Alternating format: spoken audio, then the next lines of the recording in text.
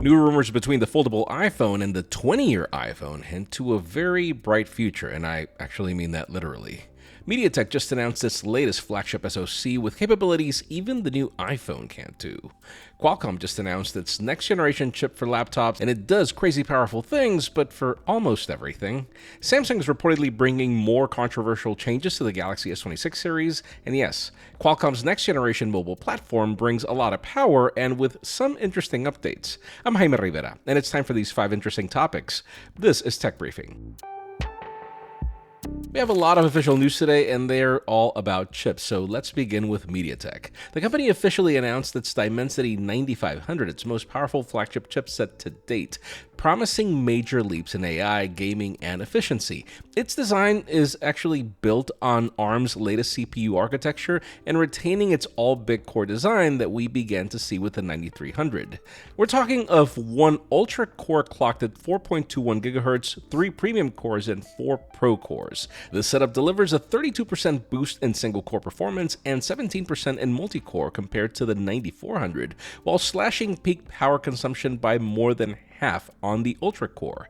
Multitasking efficiency is also said to improve by 30% alongside ARM v9.3 support with SME2 instructions for faster and more efficient AI processing. Storage gets a major upgrade too, with 4-channel UFS 4.1 promising double the sequential data speeds of its predecessor. On the graphics front, we see the introduction of the ARM G1 Ultra GPU with 33% higher peak performance and 42% better efficiency. Ray tracing gets a massive boost thanks to double RT units delivering up to 112% faster performance and enabling 120 frames per second ray trace gaming with interpolation.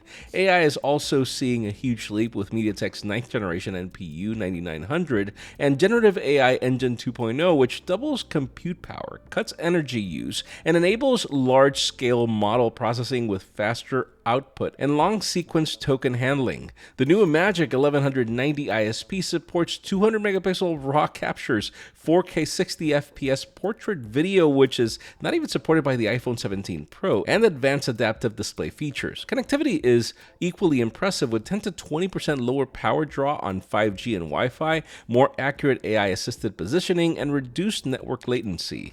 Expected soon, most likely with devices like the Oppo Find X9 Pro and the Vivo X300 series later this year.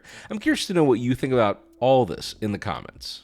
Now let's switch to the second chip, as it is day 1 of the Snapdragon Summit, and the news were pretty loaded. The company has just announced the Snapdragon X2 Elite lineup for Windows PCs, which, yeah, many of us have been waiting for. The last generation introduced different SKUs over time, and it seems that's going to happen today again. Leading the pack, we have the Snapdragon X2 Elite Extreme. It's built on 3nm process and powered by Qualcomm's 3rd generation Orion CPU, which features a pretty insane 18 cores running at speeds of up to 5 GHz. A first for Qualcomm. Specs promise as much as 75% faster CPU performance at the same power levels compared to its predecessor. Now, despite this jump in performance, Qualcomm says users can expect multi-day battery life as we've seen before. Now, on the graphics side, a new Adreno GPU architecture doubles performance per watt over the Snapdragon X Elite, making casual and supported gaming more viable on ARM-powered laptops, though full gaming parity with x86 PCs is still out of reach, but hey, it's heading in that direction. AI is another major pillar for the X2 Elite series with its upgraded Hexagon NPU that delivers 80 TOPS, which Qualcomm claims makes it the fastest AI engine in any laptop to date, even if current Copilot Plus PCs don't really take full advantage of anything close to that. It does make buying any of these new machines future-proof though, which is a good move for a market segment that doesn't upgrade every year. Beyond performance, the X2 Elite family also supports both Wi-Fi 7 and 5G, which we're hoping is adopted in a standard way across OEMs.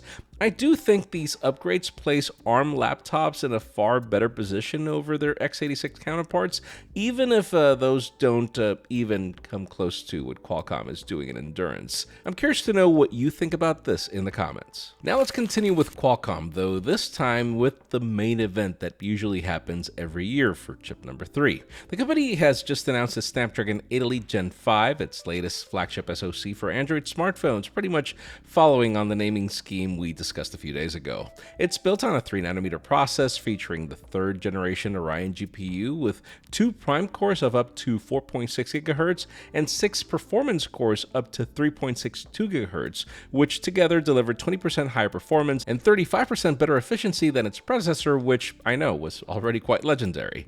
The next generation Adreno GPU boosts graphics performance by 23% while using 20% less power. There's actually mention of a 1.2 GHz clock speed, along with 18 MB of dedicated high-performance memory for faster, more responsive, and efficient gaming at 10% power savings. AI and multimedia are also major highlights. The new Hexagon NPU is 37% faster and more efficient, supporting agentic AI on device, though yeah, that's not new in the industry since I believe last year.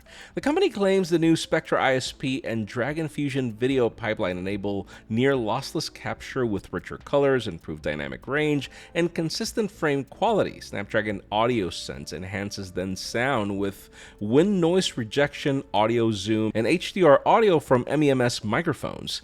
Early adoption is expected from brands including Samsung, OnePlus, Oppo, Xiaomi, and Sony, with devices launching in the coming days, so stay tuned for that one. I'm curious to know what you think about all this as well in the comments. And speaking of one of those product lineups we expect with these new chips, let's discuss the Galaxy S26 series. Reports have the Samsung Galaxy S26 Ultra shaping up to bring both progress and a few familiar limitations. According to reliable tipster Ice Universe, the phone will finally move past Samsung's long-standing 45-watt charging speed, bumping up to 60. Yes, I know, it still falls behind what Chinese makers have done for a decade when it comes to charging, and don't even get me started about battery capacities. The S26 Ultra was recently certified in China with the rated battery capacity of 4855 mAh, which is code for the same 5000 we've been getting since the S20 Ultra. There's still some uncertainty, as a 3C certification last week pointed to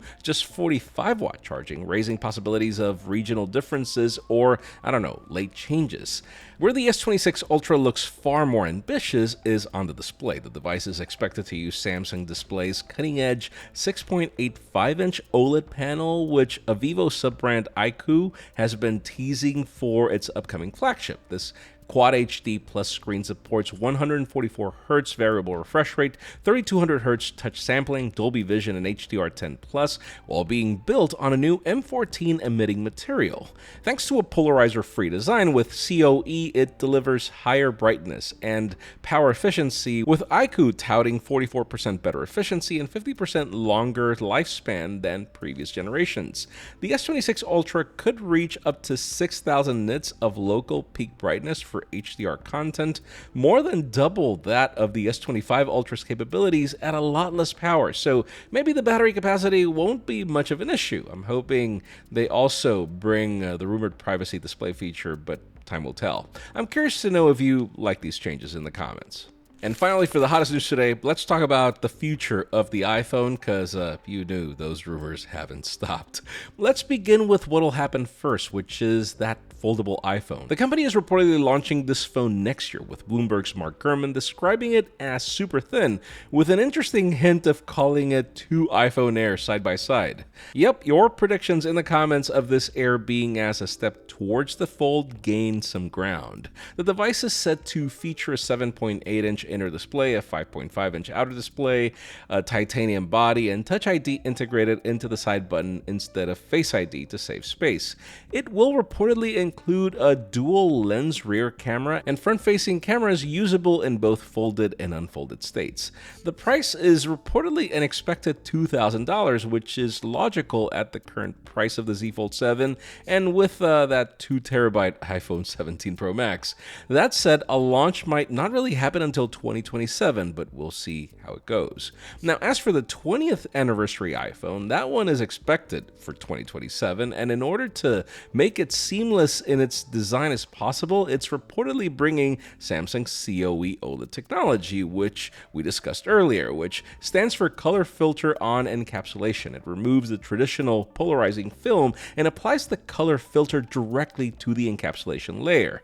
This change would make the display thinner, brighter, and more efficient, while also potentially contributing to a slimmer overall design. Apple is reportedly aiming for a bezel-less look with a display that curves around all four edges, though the lack of a polarizer means the company will need advanced coatings or new materials to manage glare and reflections.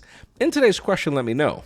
If you had to pick between the 20th anniversary iPhone and the iPhone Fold, which one would it be? Because I'm telling you right now, I want the iPhone Fold. That would be a total go for me, given Apple's great approach to iPadOS this year finally.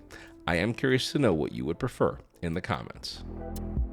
Friends, thank you so much for joining on another episode of Tech Briefing. Please like, subscribe, and join the conversation in the comments, as I'm sure you've seen me try to respond to as many as I can. Also follow me on social media as more behind-the-scenes work continues to happen there. By the way, our first podcast episode with Josh is going to go live very soon, so stay tuned, as this is a new channel with a new programming. It's a completely different thing, so we're really excited about this. I'm Jaime Rivera. Thanks so much for watching.